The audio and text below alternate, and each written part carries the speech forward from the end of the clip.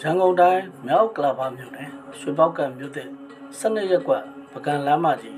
12ဈေးနီးနားမှာရန်ဖြစ်နေတဲ့အဖွဲ့ကိုဝင်ရောက်ဖြည့်ရှင်းပေးခဲ့တဲ့လုံခြုံရေးတပ်ဖွဲ့ဝင်၄ဦးရန်ဖြစ်နေတဲ့အဖွဲ့ကကားနဲ့ဝင်တိုက်ခဲ့လို့ရဲနှုတ်တိစုံခဲ့ပါတယ်။မလ9ရက်နေ့ည10:00နာရီခွဲကျော်အချိန်ကရွှေပေါက်ကံနယ်မြေရဲစခန်းကရဲတပ်ဖွဲ့ဝင်၄ဦးဟာ17ရပ်ကွက်မှာ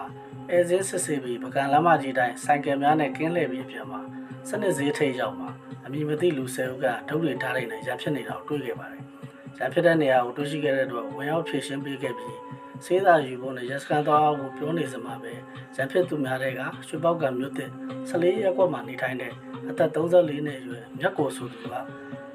လက်ကင်းရဲမြောက်ကားနဲ့တိုက်ပြီးထွက်ပြေးခဲ့တာလို့သိရပါတယ်။ကားတိုက်ခံရတဲ့ရဲလေးကိုမြောက်ကလပပြည်သူ့စေုံကြီးမှာတင်ထားရပေမဲ့ဒီနေ့မနက်မှာတော့